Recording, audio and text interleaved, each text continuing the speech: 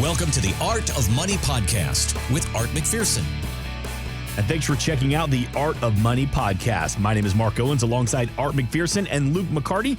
All the information for the McPherson Financial Group, you can find it at theartofmoneyradio.com. Luke, Art, there's been a lot of news about an inverted yield curve. Now, what is that? And is it something that we should be concerned about? So an inverted yield curve typically happens when the Fed starts raising interest rates and short-term interest rates are higher than long-term. That's when the curve inverts.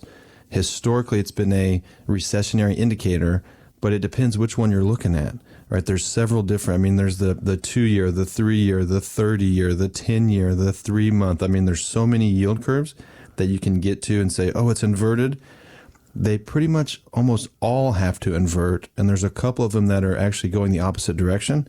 So it can predict a recession, but not all recessions have been predicted from an inverted yield curve. And just a quick example here, the last 4 times the 2-year and the 10-year inverted, the S&P 500 rallied for another 17 months and gained about 28% up until the peak. So it's potentially coming, but it seems like we have time and we need more of the yield curves to invert before we're even more cautious. Well, speaking of like recession and higher interest rates, did you hear the story from former Fed Chairman Alan Greenspan? Now, he believes that men's underwear, that's going to predict a recession. He said that when underwear sales go down, it's a sign that men are so pinched, they decide not to replace them. It is literally called the underwear index. It happened in 2008. Do you agree with this, or have you heard of this? I've never heard of it. It's kind of like you bringing up a beer floater. So it's floating beer. Yeah, that is a very interesting stat. It's kind of understandable. Where can you cut back on costs? I guess men, we look at cutting back our underwear costs first. Our underwear budget goes to the toilet.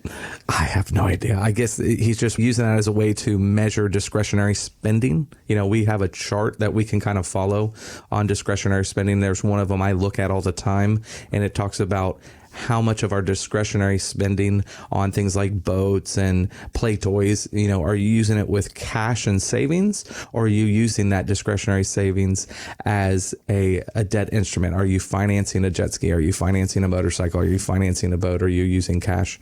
And sometimes that's a good indicator of how confident we feel about things. So we'll look at those type of indicators, but I've never looked at the underwear indicator before.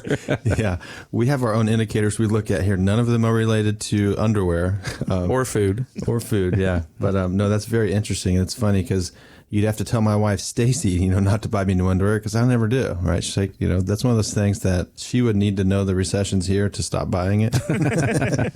But I guess it's true, what Art said, just the discretionary spending.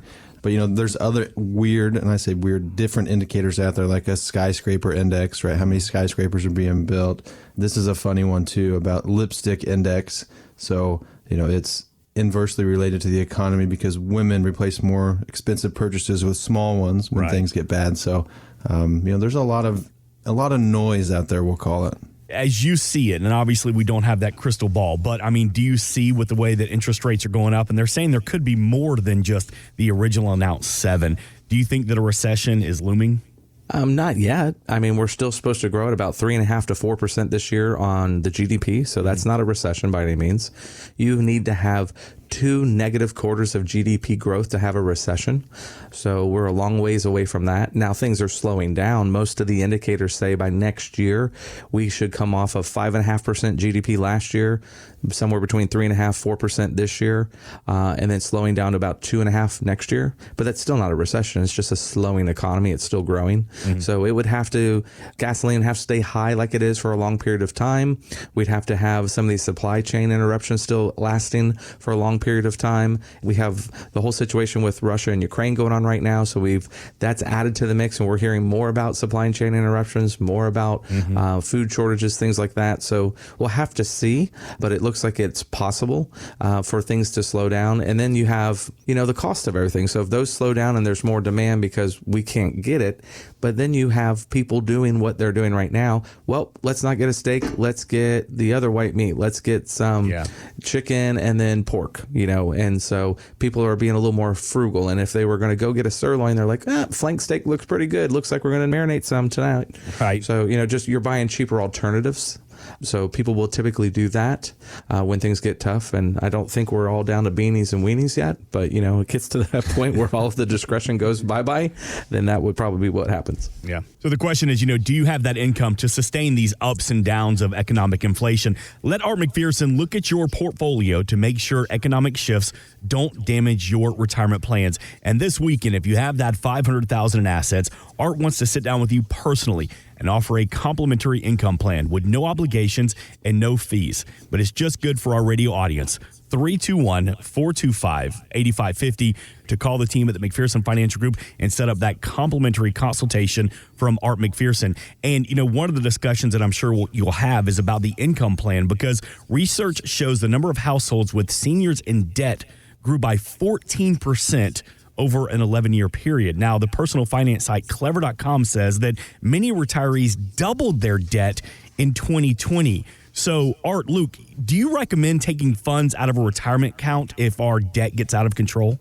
If you take funds out of your retirement account, it can be extremely costly. Mm-hmm. So you have to be super careful about that. So what happens to everybody when you take a withdrawal? Now, there's ways to access money from a retirement account without it costing you money. So you can do a loan. So a loan privilege is usually a very good way to do it.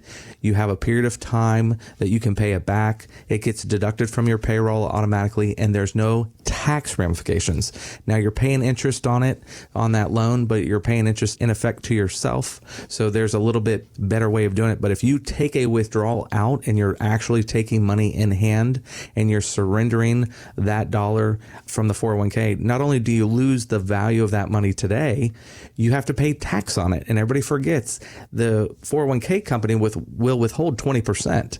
But that doesn't mean that's the rate they need to withhold. That's just the mandatory guideline that the IRS sets. You might have a 22% bracket. You might have a 24% bracket. You might have a 32% bracket. Whatever bracket you're in, that is what is going to be taxed on those dollars that come out. And it's after everything else. So it goes on top of all the other income for the year. So whatever you made, whatever your spouse made, whatever your partner made, then this adds on top of that. And if you're not 59.5, there's another 10% penalty tax that's added on top of it too. So you could lose 35, 45, 50% of your money. So you better really need it, because you might have to get $50,000 in hand. You might have to take $75,000 just to get that $50,000. Mm-hmm. So you're losing the power of the future growth of it, and then you're having to pay a heavy price. Usually borrowing money, home equity line, something like that is much less costly than trying to do a distribution from your 401k. Mm-hmm. Yeah, you just have to be worried about the tax brackets that Art mentioned. Another way to look at it is, if you're going into debt and you haven't paid it off before retirement, right, and you use kind of your nest egg to pay off the debt, it can work, but it's going to be hard to build your nest egg back up because you're no longer saving. You're taking money out of the portfolio. So I always try to, talk to clients about, okay, it took you 35, 40 years to save this amount of money. Let's not take 15, 20% of it in the first 6 months of retirement, right? Let's create a game plan. Let's manage your tax bracket. Let's take more out over time. Currently, financing rates and things are still cheap. They're going to get more expensive as the interest rates go up. But currently there are better options than, paying something off at 24% or 22%, whatever your tax bracket is. That's pretty expensive to pay off a car at 2% or a home at 3 or 4%. So we always look at both sides of the coin. Thanks for listening. Want more from Art McPherson of McPherson Financial Group? Find us online at artofmoneyradio.com.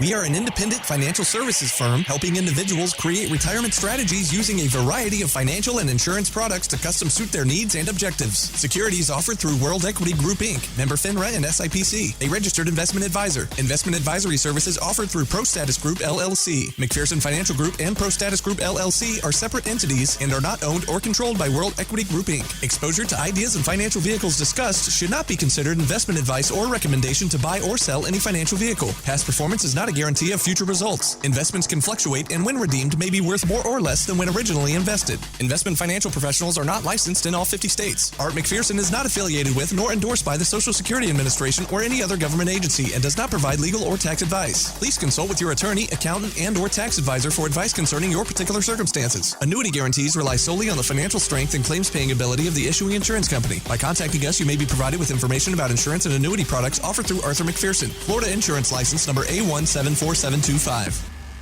Today's show has been a work of art.